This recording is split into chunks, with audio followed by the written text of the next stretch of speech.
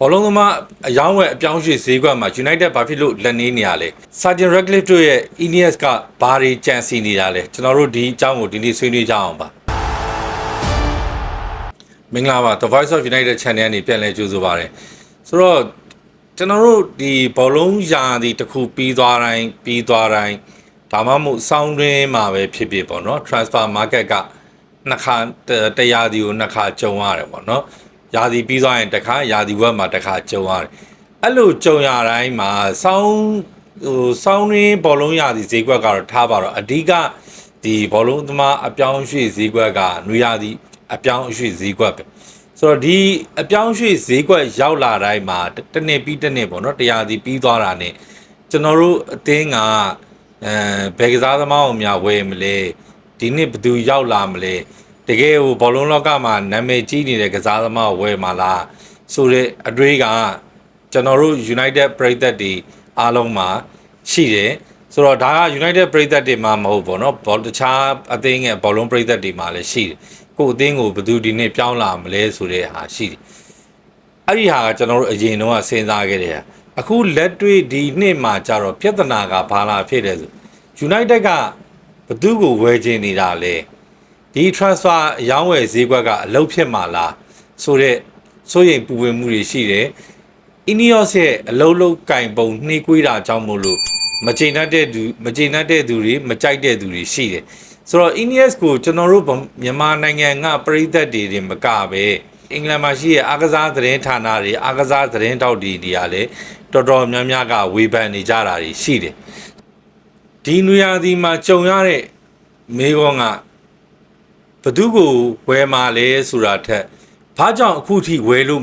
မဝယ်နိုင်သေးတာလဲပေါ့နော်ဒီ transfer မှာအပြီးမတန့်သေးတာလဲဆိုတဲ့မေကောကထွက်လာIneos ကသူတို့လိုချင်တဲ့ကစားသမားတိုင်းကိုသူတို့ aware list ထဲမှာထည့်ထားတယ်။သို့ပေမဲ့အဲ့ဒီကစားသမားတွေကိုပြင်းထိရောက်အယောင်းဝယ်မှာအလုံးမလုံးသေးဘူး။ကစားသမားတွေရဲ့ကိုယ်စားလှယ်တွေနဲ့ကစားသမားတွေရဲ့ agent တွေနဲ့ကစားသမားတွေရဲ့မိသားစုဝင်တွေနဲ့သူတို့အချိန်ဆွေးနွေးတယ်ဆိုတာကဒီ Manchester United ရဲ့ဒီပြောင်းရွှေ့အယောင်းဝယ်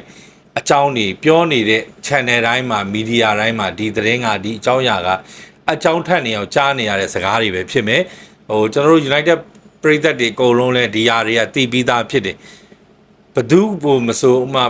ဘာလီဘာဝဲဖြစ်ဖြစ်ကိုနီယိုဖြစ်ဖြစ် Alex Scott ကိုဝဲဖြစ်ဖြစ်ဟာလာချူအာမန်နီဝဲဖြစ်ဖြစ်အခုနောက်ဆုံး Newcastle ရဲ့ Lewis Hall ဝဲဖြစ်ဖြစ်သူတို့အကုန်လုံးကိုစိတ်ဝင်စားတယ်သူတို့စိတ်မဝင်စားဘူးဆိုတော့တယောက်မှမရှိသူတို့ရဲ့ aware list ထဲမှာလည်းရှိ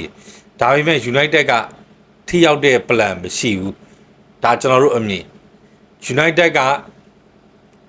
နာမည်ထွက်သမျှကစားသမားတိုင်းနဲ့အလုပ်ကိုပြီးမြောက်အောင်မလုပ်ဘူးလို့ကျွန်တော်တို့မြင်တယ်ဒါကစားသမားဒါကကျွန်တော်တို့ရဲ့အမြင်ပေါ့နော်ဆိုတော့တကယ်လက်တွေ့ကဘာလဲတကယ်လက်တွေ့မှာ INUS ကဘာလုပ်နေရလဲ Ineos ကဘာလုပ်နေရလဲဆိုတော့ကျွန်တော်တို့ဆက်ပြီးကြည့်အောင်ဆိုပထမဆုံးသိရမှာကပထမဆုံးနားလည်ရမှာကဒီ transfer အယောင်းဝယ်အပြောင်းရွှေ့မှာနှေးတယ်မြန်တယ်ပေါ့နော်နှေးတယ်မြန်တယ်ဆိုတော့ဆိုတာကြည့်ရတာကျွန်တော်တို့မြင်တဲ့အမြင်နဲ့ club မှာဖြစ်နေတဲ့အကြောင်းအရာတွေကမတူဘူးပြောင်းပြန်ဖြစ်နေပေါ့နော်တကယ်တမ်းကျရင် club ကဒီကစားသမားတယောက်ကိုစိတ်ဝင်စားတယ်ဆိုရင်ဒီကစားသမားရဲ့အရေးအသွေးဒီကစားသမားရဲ့market ပေါက်ဈေးဒီကစားသမားရဲ့ခြေစွမ်းပြနိုင်မှုအဲ့ဒါတွေအကုန်လုံးသူတို့ data analysis နဲ့လုပ်တယ်သူတို့ဟိုအားလုံးပေါ့နော်ဒီကစားသမားရဲ့အချက်လက်တွေအကုန်လုံးကို data သွင်းထားတယ် data သွင်းထားပြီးတော့ဆုံးဖြတ်ချက်ချတယ်သူ့ကို research လုပ်တယ်လေ့လာတယ်ဒီခေါ်လိုက်မဲ့ကစားသမားကကာရီရဲ့ကစားကွက်နဲ့အံဝင်မလားကာရီ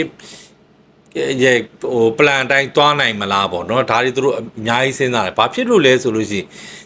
ကျွန်တော်တို့ရှေ့ရာသီတွေမှာခေါ်လိုက်တဲ့ကစားသမားတိုင်းကကောင်းတော့ကောင်းတယ်ဒါပေမဲ့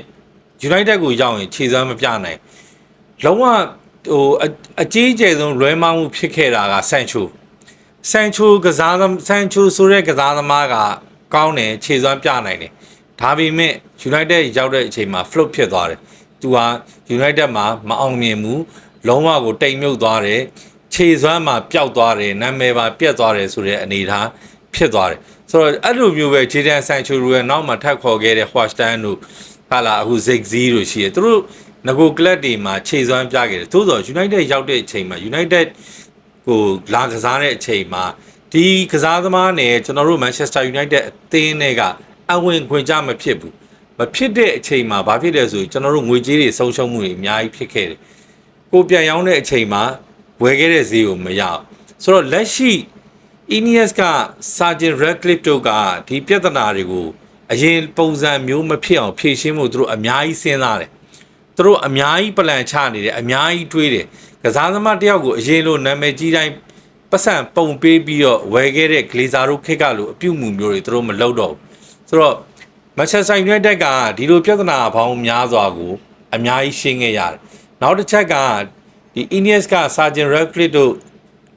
ဂယူးတစ်ဆိုင်နဲ့ကင်တွယ်နေတဲ့ပြဿနာကဒီဘောလုံးအဖွဲ့ချုပ်ကငွေကြေးဥပဒေစီမင်းပေါ့နော်ဆိုတော့ FFP စီမင်းနဲ့သူတို့အဲ့ဒီစာကိုကိုက်ညီအောင်လုပ်တယ်တရားစီလုံးမှာဘောလုံးနဲ့ပတ်သက်တဲ့ရရှိတဲ့ဝင်ငွေနဲ့ဒီဘက်ကပြန်သုံးရတဲ့ထွက်ငွေမျှတအောင်သူတို့ချိန်ရတယ်ဆိုတော့ပတ်စံမရှိလို့မဝယ်တာမို့သူတို့ပတ်စံရှိရဒါပေမဲ့နင်းကန်ပြီးဝယ်လိုက်ဝင်ငွေနဲ့ထွက်ငွေမမျှဘူးဆိုရင်အတင်းကဒဏ်ရိုက်ခံမယ်ပြဿနာရှိတယ်အဲ့တော့လက်တလုံးမှာသူကအတင်းကနေရောင်းထုတ်ရမယ်ကစားသမားတွေရှိဒီကစားသမားတွေကိုရှင်းထုတ်ရမယ်ဒီကစားသမားတွေကိုရောင်းထုတ်ရမယ်အဲ့ဒီဟာဒီထွက်သွားတဲ့အချိန်ကြတော့မှ United ကသူတို့လိုချင်တဲ့စာရှင်တို့ကသူတို့ဝယ်မယ်လို့မှန်းထားတဲ့ကားရစ်ကိုဝယ်ပေးမယ်လို့ပြောထားတဲ့ကစားသမားတွေကိုဝယ်မယ်လို့ကျွန်တော်တို့ကတော့ထင်တယ်သူတို့ဗျမ်းမတာတော့မလုပ်တော့ဘူးအများကြီးစီစစ်သွားတယ်အများကြီးထောင်းစီအောင်ကင်တွယ်လာတယ်ပေါ့နော်အဲ့ဒီပုံစံနဲ့သွားနေရလို့ကျွန်တော်ထင်တယ်ဒီနေ့နွေရာသီမှာကျွန်တော်တို့ United အသင်းကဒီကစားသမားအယောင်းဝယ်နှိမ့်နေတယ်ပတ်သက်ပြီးတော့ခုနပြောခဲ့သလိုပဲကျွန်တော်တို့အသင်းကအများကြီးနှိမ့်နေတယ်သူများတွေကတော့ဝယ်သွားပြီးဟိုအာဆင်နယ်ကဝယ်သွားတယ်ချက်စီကကစားသမားတစ်တွေဝယ်နေလီဗာပူးကကစားသမားတစ်တွေဝယ်နေ United ကဝယ်ရထားတယ်2ယောက်ဝယ်ထားတယ်ကျန်တဲ့2ယောက်ကတော့စပါကလူငယ်ကစားသမားလေးနဲ့ခိုးသမားအရန်ကိုနေရာအတွက်ခိုးသမားတယောက်ကိုအလွတ်ပြောင်းရွှေ့ခြင်းပြီးခေါ်တာပေါ့နော်ဆိုတော့ကျွန်တော်တို့လိုချင်တဲ့ကစားသမားတွေနံပါတ်6ကစားသမားတွေဟာလာဘာလီဘာလိုကစားသမားတွေကိုနေလိုကစားသမားတွေချူအာမန်နီလိုကစားသမားတွေကျွန်တော်တို့လိုချင်တယ်လို့ပဲ United ကလည်းလိုချင်တယ်လူးစ်ဟော်လိုလူကရှောနေရာအတွက်ရေရှည်အစားထိုးနိုင်မဲ့ကစားသမားမှန်တော့ပြပတ်စံရှိနေဝယ်လိုက်လို့ရတယ်ဘာဖြစ်လို့မဝယ်လဲဆိုတာကျွန်တော်တို့တွေမဟုတ်ဘူးเนาะအခုကဒီအင်္ဂလန်မှာရှိတဲ့ဒီအားကစားသတင်းတောက်တွေအားကစားမီဒီယာတွေကစဒီ Ineos ရဲ့လုတ်ပုံကိုင်ပုံနှိကွေးတာတွေအရန်ဝေဖန်လာတာရှိတယ်ဆိုတော့သူတို့ကတော့အကြောင်းပြမှာပေါ့เนาะဒါကဒီကစားသမားနဲ့ United နဲ့ကအဆင်ပြေပါမလားအဆင်မပြေနိုင်ဘူးလားသူတို့ research တွေလုပ်တယ်သူတို့ thesis တွေလုပ်မယ်သူတို့ data analysis တွေခွဲထုတ်မယ်ဒါတွေပေါ်မှာအခြေခံပြီးတော့သူတို့ရောင်းဝယ်လုပ်မယ်ဆိုတော့သူတို့ရဲ့ plan ပေါ့လေဘာဖြစ်လို့ဆို United ကတခြားလုံးအရင် Glazer လက်ထက်မှာကစားသမားနာမည်ကြီးရင်ဈေးကြီးပေးဝယ်မယ်ကစားသမားတရင်ထွက်လာရင်ကြိုက်ဈေးပေးဝယ်မယ်သူတို့ဈေးဘယ်လောက်ခေါ်ဆိုပြီးတော့ပေးဝယ်တော့အဲ့မှာပြဿနာကဘာဖြစ်လဲဆိုလို့ရှိရင်ကျွန်တော်တို့ကစားသမားတွေကလာလာပေးချေမှုတွေမှာများလာဒီကစားသမားကခြေစွမ်းမပြနိုင်လို့အသင်းကနေပြန်ရောင်းထုတ်တော့မယ်ဟေးဆိုလို့ရောင်းမထုတ်နိုင်အဲ့တော့ဥပမာပြောရရင်ဂျေဒန်ဆန်ချိုဆိုလို့ရှိရင်ကျွန်တော်တို့မရမကကိုလိုချင်လွန်းလို့200တီလောက်ဆိုရှယ်လက်ထက်မှာစောင့်ပြီးဝယ်ခဲ့တယ်ဆန်ချိုကလည်းပြန်လန်နေအောင်ကစားတာနော်အဲ့ဒီခေတ်တော့ဆန်ချိုကတကယ်ကိုပြန်လန်နေအောင်ကစားတာဒါပေမဲ့ United ကိုရောက်လာပြီးတဲ့အချိန်မှာသူ့ရဲ့ကစားသမားဘဝပျက်စီးသွားတယ်ဆိုတော့ Manchester United မှာသူပျက်စီးသွားတာကအဝေးလဲကန်းပျက်စီးနေတဲ့အချိန်နဲ့တိုက်ဆိုင်သွားပဲသူရောက်လာတဲ့အချိန်မှာသူ့ရဲ့ခြေစွမ်းမှာအဲ့မှာပျောက်သွားတယ်အဲ့တော့ပြန်ရောင်းတဲ့အချိန်မှာပြန်ငားချတဲ့အချိန်မှာ United ကဒီပြီးတော့ပြန်ရောင်းတော့မယ်ဆိုတခြားသင်းတွေကအောက်ကြီးကစပြီးတော့တခြားသင်းတွေကအောက်ကြီးကနေစပေးတယ်ပေးပြီးတော့ပထမဆုံးငားခေါ်ပြီးတော့မှဒီကစားသမားအသင်းနဲ့ခြေစွမ်းပြမပြဆုံးဖြတ်ပြီးမှသူတို့ဝယ်မယ်ဆိုတဲ့ပုံစံလောက်လာဒါဒီဘက်နောက်ပိုင်းအသင်းတော်တော်များထုံးစံမှာဆိုတော့ပြောချင်တဲ့သဘောကဗျာဆန်ချိုရုံးကကျွန်တော် United ကနေ Chelsea ကိုရောက်သွား Chelsea ကနေAston Villa ကိုရောက်သွားတယ်ပေါ့နော်ဆိုတော့အခု Rashford လည်းလာသာအများကြီးပေးတယ်ခြေစွမ်းမပေါ်တော့ဘူးလာသာအများကြီးပေးထားတဲ့အတွက်သူ့ရဲ့အယောင်းဝယ်ရမဖြစ်တာ Ineos ကဒီပြဿနာတွေကိုနောက်ထပ်ထပ်ပြီးတော့မဖြစ်အောင်လို့ဖြည့်ရှင်းနေတဲ့အတွက် တောင်ကစားသမားဆိုသူတို့ငွေပုံပေးပြီးမဝယ်ချင်ဘူးတောင်ကစားသမားဆိုကြိုက်တာနဲ့ဘက်ကနေကောက်ဝယ်တဲ့ဟာမျိုးမလုပ်တော့ဘူးနောက်တစ်ခုကသူတို့ကဒီဘောလုံးဖွဲ့ချုပ်ကသတ်မှတ်ထားတဲ့ဒီ financial rules တွေရှိရဲအဲ့ rules တွေကိုနဲ့မညှိအောင်လို့ပေါ့နော်အဲ့ rules တွေနဲ့မညှိအောင်လို့ကိုစီကရှိတဲ့ကစားသမားကိုစီကရောင်းရမယ့်ကစားသမားတွေကိုအရင်ရောင်းချတဲ့အလွတ်ပြောင်းတာတွေရှိတယ်လူငယ်ကစားသမားတွေရောင်းလိုက်တာတွေရှိတယ်ဆိုတော့အဲ့ဒါတွေပြီးတော့မှသူက United ကသူတို့လိုချင်တဲ့ကစားသမားဝယ်မယ်လို့ကျွန်တော်တို့ထင်တယ်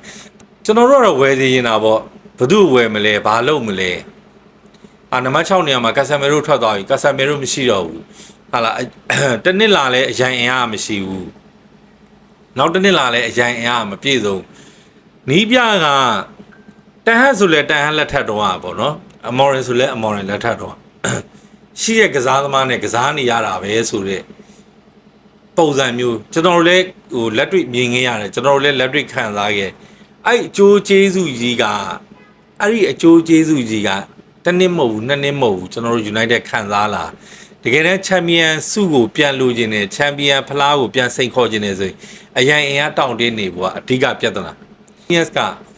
လုတ်ပုံကင်ပုံကတအားနှိမ့်နေကိုကဝယ်မယ်လို့ချိန်ထားစေးနေထဲတာသူများခေါ်သွားပြီကိုကဝယ်မယ်လို့ပြင်ထားတော့ကြည်နေတော့တိုင်မင်နေတော့သူများခေါ်သွားပြီဈေးပို့ပေးလိုက်ပြီဆိုတော့ပတ်စံမရှိလို့လဲဈေးမပေးချင်တာလည်းမဟုတ်ဘူးသူတို့ခေါ်တဲ့ဈေးနဲ့မတန်မှုထင်လို့ဈေးစစ်တာနေဈေးပို့ပေးတဲ့နောက်ပါကုန်ကြဒါကတော့ရောင်းဝယ်မှာခင်ဗျားများဒီကစားသမားကကျွန်တော်တို့စီမှာဘလောက်ပဲလာကစားခြင်းနဲ့ပြော10ယောက်မှ10ယောက်ကတော့ပါသွားမှာပဲမပါဘဲနဲ့တကယ်ကြံခဲ့တဲ့2ယောက်ကအသင်းအတွက်တကယ်ပေးဆက်ပြီးကစားမယ်2ယောက်ဆိုတော့အဲ့လိုကစားသမားမျိုးอ่ะပဲ United ကိုရောက်လာတယ်ကြံတဲ့ဟာတော့စိတ်ဝင်စားလာအေးဟုတ်တယ်ကျွန်တော်လေးလာကစားခြင်းနဲ့ပြောင်းမယ်ပြုမယ်ဘာညာဒါမီဒီယာတွေမှာအသံထုတ်တယ်ဒါပေမဲ့ United ဘက်ကမကန်လန်သေးဘူးစောင့်ကြည့်လို့တိုင်မင်နေလို့ဆိုတဲ့အချိန်မှာဟာလာစပါတို့ဘာတို့ကဖြတ်ပြီးတော့ဂျာပြတ်ခေါ်သွားတယ်ဥမာပြောရင်ဝက်ဆန်ကမာတီယက်ဖာနန်ဒက်စ်ပါသွားတယ်နျူကာဆယ်တိုနာလီပါသွားတယ်ဟာလာအာဆင်နယ်ဆိုလို့ရှိရင်လည်းအခုနျူကာဆယ်ကဘရူနိုဂူမာရက်စ်ကိုခေါ်ဖို့ဈေးကြီးပေးပြီးခေါ်ဖို့လုပ်တယ်ဒါပေမဲ့ United ကမပေးတော့ United ကိုအရင်လိုလာပြီးချင်းထဲလို့မရဘူးဆိုတဲ့အပေါက်မျိုးကို Ineos ကချပြနေရတယ်မျိုးတို့ကြိုက်တဲ့ဈေးခေါ်ငါတို့ကလည်းတန်မာပေးမယ်ဆိုတဲ့ပုံစံမျိုးငါတို့ဈေးကြီးနဲ့တော့လာမထဲနဲ့တော့မျိုးတို့ခေါ်တိုင်းမပေးတော့ဆိုတဲ့ပုံစံမျိုးလုပ်နေဒါတော့လုံးဝမှန်ကန်တဲ့လမ်းကြောင်းကို Ineos ကသွားတာမှန်တယ်တို့ပြကျွန်တော်ပါဝင်ပေါ့နော်ကျွန်တော်တို့ညီကိုတွေဒီ Manchester United ပြည်သက်တွေအကုန်လုံးကစားသမားတယောက်ကိုချက်ချင်းဝယ်စီခြင်းတာနာမည်ထွက်လာတဲ့ဘတ်ဆိုပါသွားပြီကျွန်တော်တို့ဝယ်ပြီးပြီဆိုတာမျိုးဗျအနည်းဆုံးဒီယာဒီအတွက် main player 3-4ယောက်ခေါ်လိုက်ကိုကျွန်တော်တို့ကချိန်နေပြီဗျာနောက်ဆုံးချူအာမန်နီဖြစ်ဖြစ်ဗာလီဗာဖြစ်ဖြစ်ကိုနေဖြစ်ဖြစ်တယောက်ခေါ်လိုက်ကိုကျွန်တော်တို့ချိန်နေပြီလက်ရှိရှိရဲ့2ယောက်နဲ့ဆိုလို့ရှိရင်အများကြီးအဆင်ပြေသွားမယ်လို့မျှော်လင့်နေဆိုတော့ဒါကတော့ဒီနေ့ကျွန်တော်ပြောချင်တဲ့ United အကြောင်းမှာIneosရဲ့အလုပ်ပုံကင်ပုံနှေးနေရတယ်နိုင်ငံတကာမီဒီယာတွေမှာဝေဖန်နေသလိုကျွန်တော်တို့မြန်မာနိုင်ငံကကျွန်တော်တို့လို United ပြည်သက်တွေအကုန်လုံးကလည်းစိတ်ပြတ်နေတယ်ဒါနဲ့ပတ်သက်ပြီးတော့ဖတ်ကြည့်လိုက်တဲ့အချိန်မှာတွေ့လာတဲ့အချက်ကလေးတွေကိုတင်ပြခြင်းဖြစ်ပါတယ်ကျွန်တော်တို့ The Voice of United Channel ကိုလည်း like subscribe လုပ်ပေးကြပါဦးနောက်ဗီဒီယိုတွေမှာပြန်တွေ့ပါမယ်ကျွန်တော်မမေ့လက်ပါခင်ဗျာ